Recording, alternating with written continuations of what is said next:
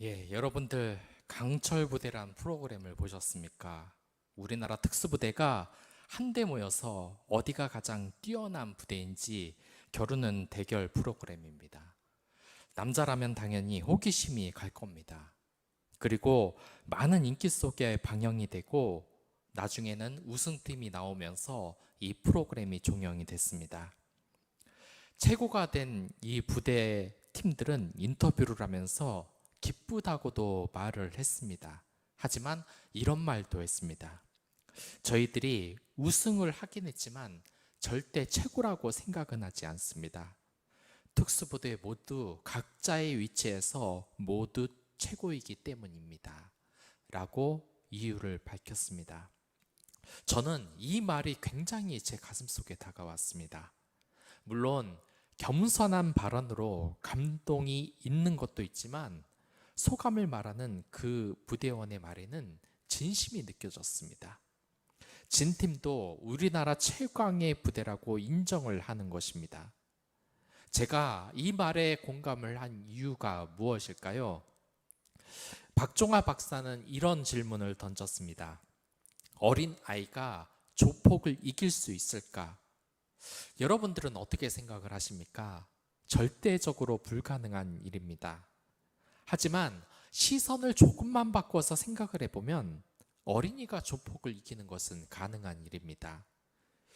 이게 말도 되는 이야기냐? 어떻게 이길 수가 있을까? 대결하는 환경을 바꾸면 되는 겁니다. 어린아이가 조폭과 바둑을 두면 이길 수 있습니다. 강철부대 역시 바다에서는 해군이 이깁니다. 육지에서는 육군이 이깁니다. 그렇기 때문에 자기 환경에 따라서 맡은 임무에 따라서 그들은 모두 최고인 것입니다. 우리 인간을 보십시오. 우리 인간은 절대 이 세상을 지배할 만한 물리적인 힘을 가지고 있지 않습니다. 초등학교 5학년, 6학년 정도 되는 이 침팬지와 격투기 선수가 만약 UFC 링에서 싸우면 누가 이기겠습니까? 유이원한 중 이 고릴라 오랑우탄보다 침팬지는 좀 더 약해 보입니다. 하지만 약해 보이는 이 침팬지도 인간보다는 월등한 힘을 가지고 있습니다. 이 악력을 비교한 것을 보면 성인 남성의 이 쥐는 힘은 50kg 정도라고 합니다. 반면 침팬지는 129kg, 오랑우탄은 193kg, 고릴라는 326kg라고 합니다. 여러분들 그런 말 들어보셨죠? 곰이 한 대 치면은 또한 멧돼지가 우리를 박으면 우리는 뼈도 못 추리고 날아간다고 말이죠. 바로 이렇게 악력의 차이가 어마어마한 것입니다. 동물을 우리 인간은 힘으로 이길 수가 없어요. 이 일본의 예능 프로그램에서 오랑우탄과 스모 선수가 줄다리기 시합을 한 것을 본 적이 있습니다. 몸무게가 200kg가 넘는 스모 선수가 진지하게 이 줄을 잡아당겼는데 별 관심이 없던 이 오랑우탄이 줄을 획 당기자 이 스모 선수는 그냥 나뒹굴고 말았습니다. 이처럼 동물의 힘은 인간과는 다릅니다. 더군다나 고릴라는 화나면 표범을 찢어 죽인다고 합니다. 여러분들 질문을 해보겠습니다. 동물과 인간이 싸우면 인간이 이길 수 있겠습니까? 침팬지와 싸우면 이길 수 있겠습니까? 아까 전에 어린아이와 조폭과의 싸움처럼 대부분 이길 수 없다고 합니다. 하지만 앞에 말했듯이 그 환경이 바뀐다면 우리는 동물을 이길 수 있습니다. 절대 싸워서는 안 되는 이 무시무시한 동물들과 싸울 때도 여러분들 우리 인간은 결국 이 동물들과의 싸움에서 승리를 했습니다. 이 세상을 인간이 지배하는 이유가 뭘까요? 그 이유는 다음의 실험에서 나옵니다. 그 실험의 조건은 이렇습니다. 인간 100명과 침팬지 100마리가 싸우면 어느 팀이 이길까? 이렇게 질문을 바꾸면 침팬지보다는 인간 팀이 이긴다고 합니다. 왜냐하면 인간은 협력하여 전략을 쌓아 세우기 때문입니다. 반면에 침팬지가 100마리 모이면 그 녀석들은 자기들끼리 더 많이 싸운다고 합니다. 중요한 것은 바로 협력하는 인간의 능력인 것입니다. 창세기를 보면 36장에 야곱의 형인 이 에서는 이제 에돔이라는 민족을 이끌고 국가로서의 모습을 이미 갖추고 있는 것처럼 보입니다. 이미 왕이 세워지고 차근차근 국가로서의 모습을 갖추고 있는데 반면 이스라엘은 그러한 모습을 보여주지 못합니다. 그들에겐 문제점이 하나 있습니다. 큰 민족이 되기 위해서는 이스라엘 민족을 하나로 묶는 리더가 나와야 하는 것입니다. 그들은 에돔보다 큰 하나님의 백성이 되기 위해서는 우선 협력하는 하나의 모습을 보여줄 사람이 그 가운데 나왔어야 되는 것입니다. 그러한 별과 같은 리더가 있어야만 하는 것입니다. 그들이 하나로 뭉쳐지지 못한다면 100명이 따로 노는 이 침팬지처럼 절대 강대국, 이 국가를 세울 수가 없는 것입니다. 그리고 하나님께서는 그 리더로 요셉을 택하셨습니다. 요셉은 어떻게 12명의 형제를 하나로 협력하게 만들어 이스라엘을 꿈의 민족으로, 그 하나님의 백성으로 만들 그 초석이 될 수 있었을까요? 이 하나님의 꿈은 늘 협력하여 이루어집니다. 하나님은 우리를 협력하게 하여서 더 강력하게 쓰시는 분이십니다. 생각을 해보면 이 성경의 인물들은 결코 자기 혼자 역사를 만들어가지 않았습니다. 교회는 한 사람이 아닌 다양한 은사를 가진 사람들이 이룹니다. 그리스도의 군사도 한 명이 아닌 여러 명인 것입니다. 하나님도 한 분이 아니라 3명인 것입니다. 초코파이도 한 개의 회사가 아니라 3개의 회사가 만들어야 되는 것입니다. 이렇게 성장하기 위해서는 이 여러 가지를 하나로 묶는 공동체의 리더가 있어야만 되는 겁니다. 우리 모두는 협력이 공동체에서 얼마나 중요한지를 다 알고 있습니다. 늘 존중해라, 이해해라, 사랑해라. 하지만 그것이 어디 쉽습니까? 그것이 왜 어렵겠습니까? 인간관계를 분열시키는 것 중에 하나가 바로 이 분노라는 감정입니다. 분노하면 돌이킬 수 없는 실수를 저지를 수 있습니다. 이 인간 사회에서도 분노와 미움이 이 공동체를 회피하고 해치는 일들이 얼마나 많았습니까? 분노가 가득한 팀은 결코 성장을 할 수가 없습니다.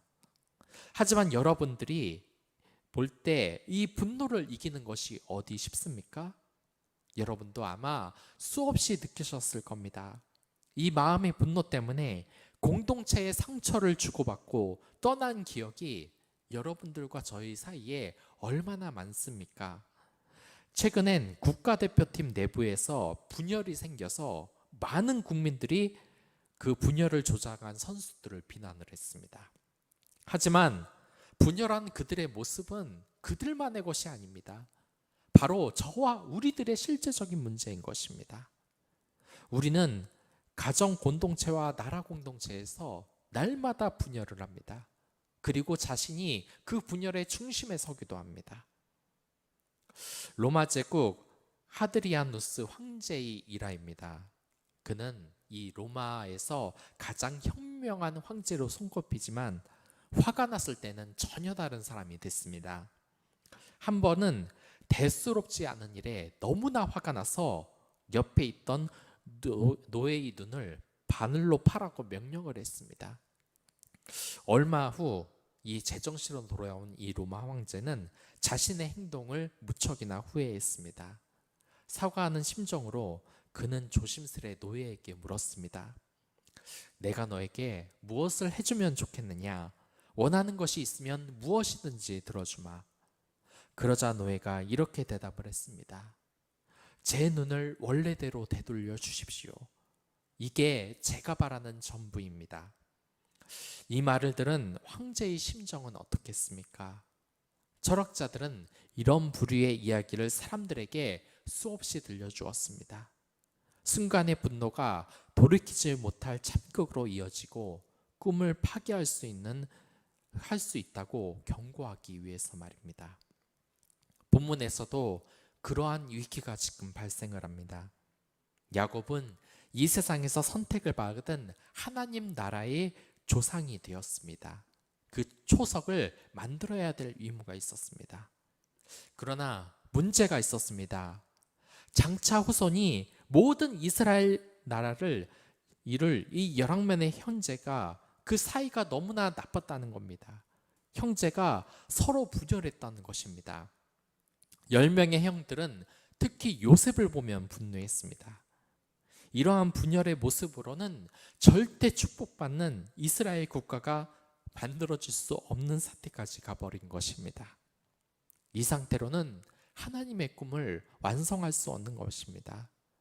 그 분열이 얼마나 심각했는지 4절을 보면 이렇게 아버지가 유별나게 그만을 더 사랑하는 것을 보고 형들은 미워서 정다운 말을 한마디 건넬 생각이 없었다. 이렇게 말하고 있습니다. 여기에서 정다운 말 한 가지라는 원어로 레샬롬, 살롬이라는 인사말을 하지 않는 것입니다. 요셉과는 샬롬이라는 인사말을 하지 않는 사이인 것입니다. 마치 우리가 사이가 안 좋은 사람과 눈이 마주쳐도 인사도 안 하는 것과 똑같습니다. 형들과 요셉이 사이가 좋지 않았던 이유는 3가지입니다. 먼저 요셉은 융통성이 부족하고 모든 것을 원리 원칙대로 정석대로 하는 사람이었습니다. 우리 사회에서도 이런 사람은 존경을 받는 것이 아니라 오히려 무시를 받을 때가 많습니다. 그래서 형들이 잘못을 감싸거나 숨기거나 하지 않고 아버지에게 그대로 다 말한 것입니다. 또한 2번째로 이 요셉은 아버지에게 형들보다 더 많은 사랑을 받았습니다. 더군다나 요셉은 10명의 형들과 다르게 야곱이 가장 사랑하는 여자 라헬이 낳은 아들인 것입니다. 물론 세월이 더 지난 후 라헬이 베냐민도 낳았지만 현 시점에서 베냐민은 아직 없었습니다. 그리고 3번째로 그 야곱은 그 사랑의 표현으로 요셉에게 채색 옷을 입혔습니다. 그리고 거기에 더해서 형들의 마음에 분노를 더하게 한 사건이 있는데 요셉이 꿈 이야기를 형들에게 한 것입니다. 이 채색 옷과 요셉의 꿈 이야기, 이게 3번의 이유였습니다. 이 꿈은 해와 달과 11개의 별이 요셉이 별에게 절을 하는 내용이었습니다. 말 그대로 아버지와 어머니뿐만 아니라 11명의 형제 모두 요셉을 섬기게 될 것이라는 그러한 내용이었습니다. 이 형들은 화가 날 수밖에 없었습니다. 과거에는 첫째 아들이 가장 높은 권한을 가지고 있는 것이 전통이었습니다. 그런데 이러한 장자 통치권이 있는 사회제도 자체를 지금 요셉이 부정하고 자신이 첫째가 되겠다고, 장자가 되겠다고 말한 것과 마찬가지인 것입니다. 그러니까 요셉이 형들에게 미움을 받은 이유는 형의 잘못이 드러나도 고지고대로 고자질하는 융통성 없는 정직함, 그리고 2번째로 일부 다체제로 인한 형제들의 분열, 그리고 3번째가 장자권을 무시한 요셉의 꿈 이야기, 특혜권에 관한 것이었습니다. 그런데 이 내부의 갈등은 요셉이 인식을 하지 못하고 있었습니다. 그렇죠. 화나게 한 사람은 기억을 못합니다. 당한 사람은 기억을 하는데 가해자는 잘 기억을 못하는 겁니다. 그래서 나중에 직장 상사로서 또한 군대 고참으로서 반갑다고 후임병에게 인사하지만 그 후임병의 반응이 어디 곱습니까? 절대로 그렇지 않죠. 가해자는 기억을 못하지만 당한 사람은 다 기억하는 겁니다. 이 요셉이 어느 날 명령을 받았습니다. 이 요셉에게 멀리 떨어진 세겜까지 가서 형들의 행방을 알아보라고 말을 한 것입니다. 이 야곱의 마음은 불안했습니다. 왜냐하면 이 세겜은 별로 예전에 좋지 못한 일이 있었기 때문입니다. 아무튼 이 요셉은 형들의 음식을 가지고 세겜으로 갔으나 세겜에 없고 도단에 있다는 소식을 듣고 이 도단 쪽으로 갑니다. 거기에서 요셉이 멀리에서 다가오는 이 모습을 보고 형들은 말합니다. 보라, 꿈꾸는 자가 오는도다. 지금 꿈을 가진 자, 자신이 이 11명의 형보다 위의 장자권을 얻을 것이라는 그 꿈을 형들이 지금 비웃고 있는 겁니다. 그리고 요셉이 어디 그 꿈을 이루는지 보자고 그들은 아주 나쁜 결심을 합니다. 그래서 반가워서 오는 이 동생 요셉을 갖다가 채색 옷을 벗기고 구덩이로 던져 넣었습니다. 그들은 이 동생을 꿈쟁이로 비웃었습니다. 그리고 분노했습니다. 이건 인간 사회에서도 늘 일어나는 일입니다. 인간 사회에서 사람이 잘나면 늘 시기를 받게 되어 있습니다. 사람들이 대체로 좋아하는 사람의 모습을 여러분들 한번 보시기 바랍니다. 엄청난 미남이나 미인인 경우는 거의 없습니다. 왜냐? 그들이 너무 잘나 보이기 때문입니다. 나를 초라하게 만들기 때문입니다. 하지만 뭔가 좀 덜 떨어지고 바보 같은 모습을 한 사람들에겐 웃고 떠들고 반감을 가지지 않습니다. 이런 사람들은 어떤 옷을 입어도 그냥 넘어갑니다. 야한 옷을 입거나 또한 이상한 옷을 입거나 해도 넘어가죠. 하지만 잘생기고 이쁜 사람들은 몸매가 잘 드러나는 옷만 입어도 비난의 대상이 됩니다. 성형을 조금만 해도 못생긴 사람이라면 별 얘기가 없습니다. 하지만 미인이 성형을 하면 난리가 납니다. 인조인간이 됐다. 얼굴이 망가졌다. 왜 했냐? 성게 같다. 그리고 못생긴 사람이 잘난 척을 하면 사람들은 재밌다고 박수를 칩니다. 하지만 잘생기고 이쁜 사람이 잘난 척을 한다. 이건 매장을 당할 일입니다. 그래서 잘난 사람들에게 늘 겸손하라는 이름으로 나대지 말라고 합니다. 옷차림 하나하나를 감섭하고 말투 하나하나를 감섭하면서 이야기를 합니다. 왜냐하면 질투가 나기 때문입니다. 이런 공동체의 문제가 지금 요셉에게도 일어난 겁니다. 너 나대지 말아라. 그런 화려한 채색옷 찢어 발기어 주겠다. 하늘의 별과 같다고? 아니다. 그 하늘과 별과 같은지 내가 널 구덩이로 땅끝 구덩이로 쳐넣어 버리겠다. 이러한 것입니다.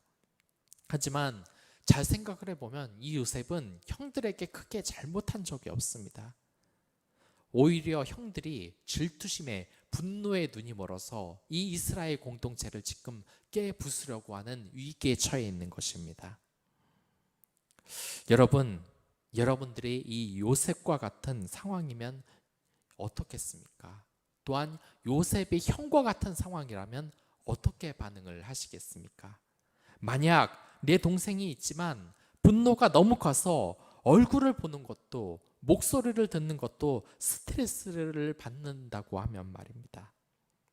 여러분들 이 산불이 나신 광경을 보신 적이 있으십니까?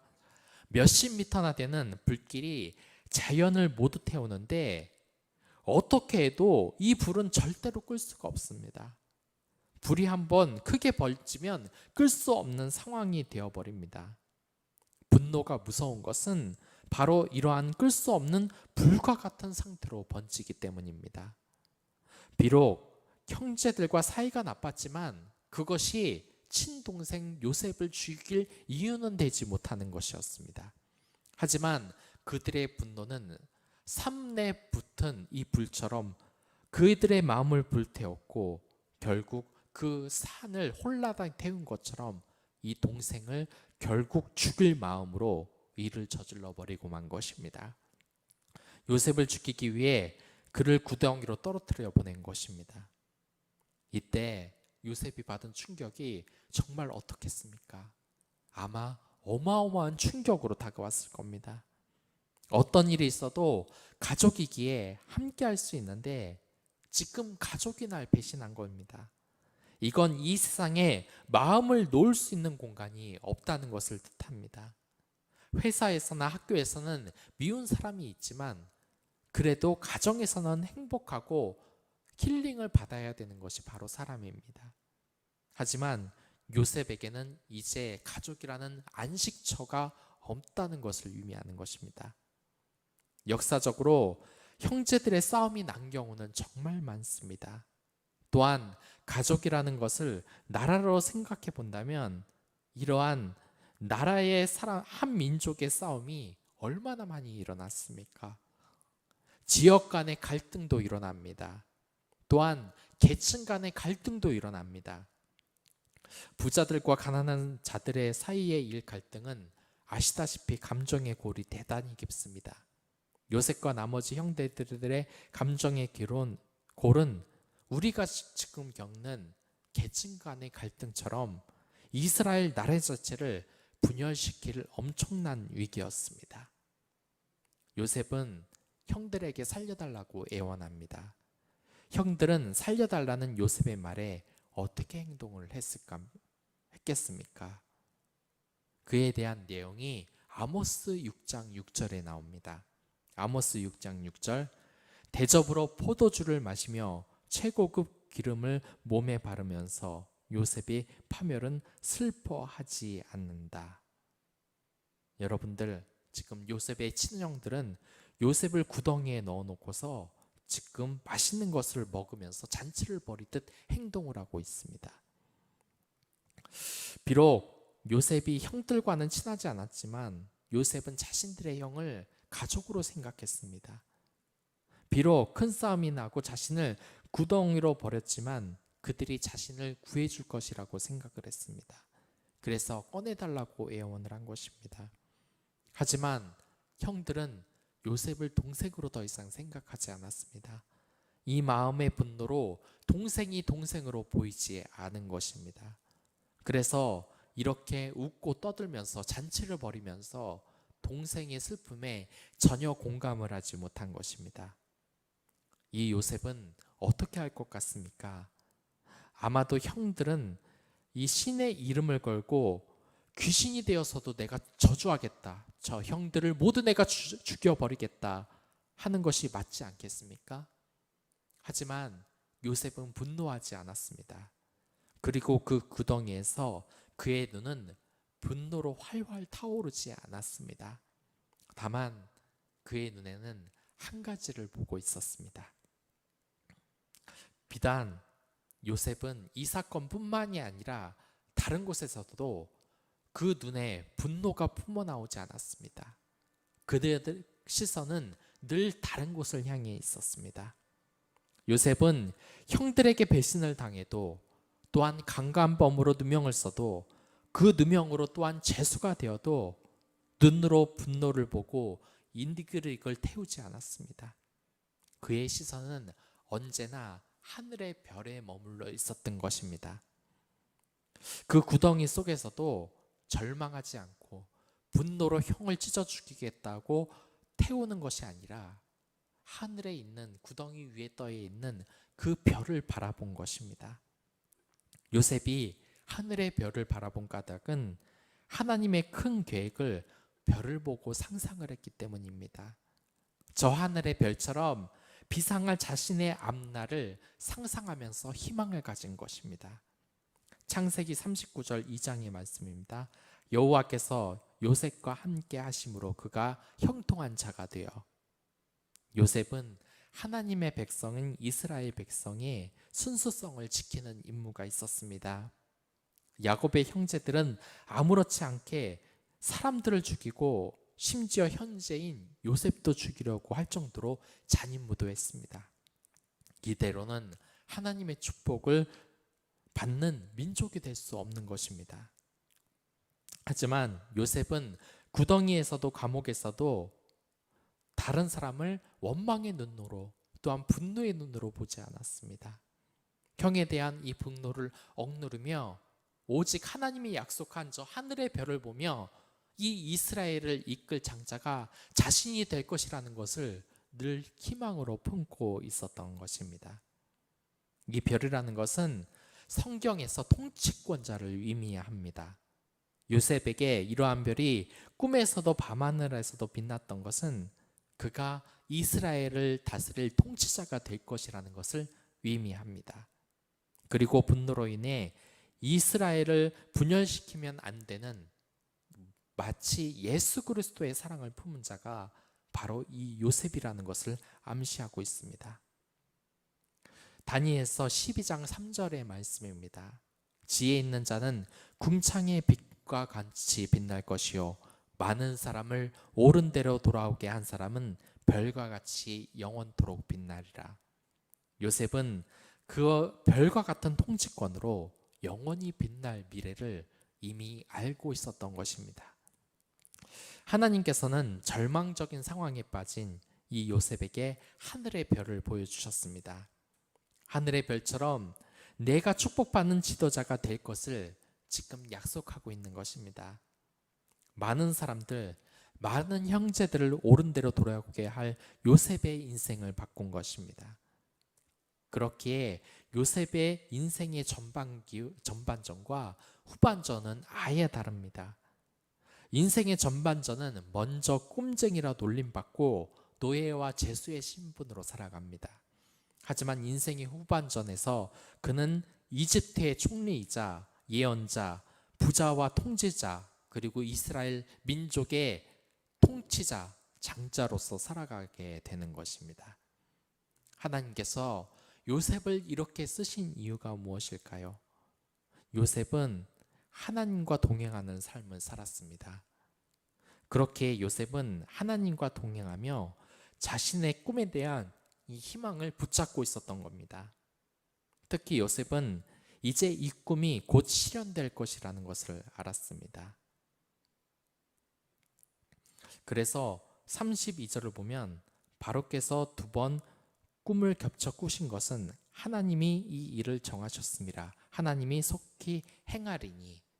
이미 요셉에게도 볕이 땀의 꿈과 별의 꿈 2번을 꾸게 하셨기에 자신이 꼭 하나님의 축복을 받는 것이 속히 오리라는 것을 안 것입니다. 여러분들은 하나님의 축복을 얼마 정도 확신하고 있습니다. 주변 사람들이 여러분들에게 너는 곧 잘 될 거야, 하나님의 축복을 받고 비상할 거야, 수도 없이 그러한 말을 듣지 않으십니까? 이렇게 계속해서 하나님이 암시를 주신다는 것은 여러분들의 복이 이제 곧 속히 온다는 뜻입니다. 그것을 믿지 않기 때문에 그 복이 오지 않는 것이라는 것입니다. 아무튼 여러분들, 그리고 2번째로 이 하나님이 요셉에게 축복을 주신 이유는 요셉은 환경을 이기는 힘을 가지고 있다는 것을 하나님이 아셨기 때문입니다. 사람이 환경을 이기기는 굉장히 어렵습니다. 여러분들 흔하게 들어봐서 여러분들 들어보지 않았습니까? 우리 주위에는 이 비관적인 전망이나 패배감이 많은 사회 분위기로 자리 잡아가고 있습니다. 그래서 사람들은 항상 무엇인가 잘못된 것을 가지고 남을 탓하기 바쁩니다. 어떤 사람은 분노에 차서 항상 이야기를 합니다. 나라가 내게 해준 것이 무엇이냐? 내가 지금 못 사는 것은 나라 탓이다. 부자들 탓이다. 가난한 가족 탓이다. 하지만 그리스도인은 하늘의 별을 보면서 환경을 이기는 힘을 가진 자입니다. 요셉은 하나님과 동행했기에 환경을 이기는 힘이 있었습니다. 요셉은 형에게 복수할 생각이 없었습니다. 보디드발의 아내의 유혹에 넘어가지 않는 정의가 있었습니다. 흉년에도 이 세상에 큰 어려움을 당할 만한 세상을 구할 수 있는 하나님의 지혜가 있었습니다. 이 10명의 형과는 정말 비교가 되는 부분입니다. 형들은 주변 환경에 영향을 받습니다. 남들이 화나게 하면 그냥 화로 반응하고 분노하고 후회할 짓을 합니다. TV를 보십시오. 그곳에서 끔찍한 범죄를 저지르는 범죄자에게 인터뷰를 하면 이 범죄자가 뭐라고 대답을 하겠습니까? 100이면 100, 그들은 불행한 가정 환경을 이야기합니다. 이런 환경이 날 만들었다. 범죄자뿐만 아니라 이것이 세상 사람들의 방식입니다. 다 잘못된 일에 대해서는 다 환경 탓으로 돌리는 것. 하지만 요셉은 아니었습니다. 그는 환경을 탓하지 않았습니다. 그러한 어려운 환경, 죽음의 구덩이 속에 있으면서도 하늘의 별을 보면서 언제나 희망을 품었던 것입니다. 그리고 요셉은 이 별과 같은 꿈을 위해 해야 할 일이 있습니다. 이스라엘이 국가가 되기 위해서는 반드시 통과해야 하는 것, 바로 형제들 간의 통합입니다. 이게 되지 않으면 이스라엘은 12지파가 원수가 되고 분열이 될 수 있었습니다. 우리에게 있어서도 마찬가지입니다. 우리의 본성은 늘 악하고 불행한 이 환경의 영향을 받게 돼 있습니다. 그래서 이 환경 속에서, 이 사망의 구덩이 속에서 늘 분노에 차서 눈을 이글이글 태웁니다. 하지만 여러분들, 이러한 구덩이에 있더라고 하더라도 우리는 밤하늘에 빛나는 이 별을 쳐다봐야 합니다. 밤하늘의 별을 보면서 희망을 가져야 하는 것입니다. 뮤지컬 무한동력이라는 것이 있습니다. 여기에서 주인공은 말 그대로 무한동력을 개발하려고 합니다. 이 무한동력은 사실상 불가능한 것입니다. 무한으로 동력이 낼 수 있는 것이 있다. 물리적으로 불가능하고 절대로 불가능한 것입니다. 그래서 사람들은 그 사람을 늘 비웃었습니다. 기인한 행동으로 그는 방송사까지 와서 이 촬영을 하는데, 리포터는 이 무한동력을 계속해서 개발하려고 하는 이 사람에게 묻습니다. 왜 이런 일을 하냐고 말입니다. 만드는 것이 불가능한 무한동력을 왜 하냐? 쓸데없는 짓을 왜 하냐? 그러자 주인공은 되려 이렇게 묻습니다. 죽기 전에 못 먹은 밥이 생각이 날까요? 아니면 못 이룬 꿈이 생각이 날까요? 여러분들의 생각은 어떻습니까? 그리스도인들은 밤하늘의 별을 보면서 희망을 갖는 사람들입니다. 이 세상에 내가 나락의 구덩이로 떨어질지라도 분노로 눈을 태우는 것이 아니라 내가 잘 될 것이라는 그 상상을 더하는 사람입니다. 하늘의 별을 더하는 사람인 것입니다. 여러분들, 이러한 것이 있습니다. 그 이회수 씨의 하악을 보면은 실직한 아버지가 유치원에서 돌아온 아들에게 풀죽은 목소리로 물었답니다. 너는 커서 뭐가 되고 싶니? 그러자 아들은 호기 있게 대통령이라고 대답을 했습니다. 신이 난 아버지는 내가 대통령이 되면 아빠에게는 뭘 시켜줄 건데? 라고 물었습니다. 아들은 재빨리 이렇게 말했답니다. 탕수육이요. 물어본 아빠나 대답하는 아들이나 그래도 웃음이 나고 희망이 나는 것입니다. 이 아들은 아버지처럼 절망하지 않고 희망을 보는 것입니다. 그런가 하면 비행기에서 서비스 음료를 제공하는 모습을 본 4살짜리 아이가 아빠에게 이런 이야기를 했다고 합니다. 아빠, 여긴 장사가 진짜 잘 된다. 아마 아빠가 하는 일이 지금 잘 안 되는 모습을 많이 봐서 아들이 이야기한 것 같습니다. 그 모습을 보고 아빠는 웃을 수밖에 없었습니다. 비록 지금 사업이 잘 안 되고 스트레스를 받았지만 이 아들을 통하여서 미래의 별, 미래의 희망을 보며 더 열심히 살아가자 방법이 있다는 것을 생각하면서 앞으로 나아가는 힘이 된 것입니다. 어느 가정집의 이야기입니다. 밤새 잠을 자려고 누웠는데 천정 한쪽이 무너졌다고 합니다. 집이 오래된 학원옥이라서 구멍이 뚫리고 말았던 것입니다. 아버지가 고쳐라 몇 번이나 이야기했던 터라 무척 화를 내실 것으로 알고 가족들은 무척 긴장을 하고 있었습니다. 그런데 아버지께서는 이렇게 말씀하셨습니다. 그냥 자자. 내일 아침에 고치자. 그래서 가족들이 모두 조마조마하면서 자리에 누웠는데 천정 한쪽으로 밤하늘이 이렇게 환하게 비치더랍니다. 밤하늘에 찬란한 별. 가족들은 그 별을 보며 낭만에 젖어갔습니다. 여러분들, 이 세상을 살아가면서 여러분들 하늘을 몇 번이나 보셨습니까? 이 하늘을 쳐다본 것 너무 오래되지 않았습니까? 단순히 여름 휴가를 갈 때 그때만 잠시 하늘을 바라보는 것이 아닙니다. 여러분들의 이 희망의 하늘은 언제나 여러분들의 밑을 비춰주고 있습니다. 우리가 올려보기만 하면 있는 것입니다. 하나님의 말씀, 하나님의 축복이 바로 그러한 것입니다.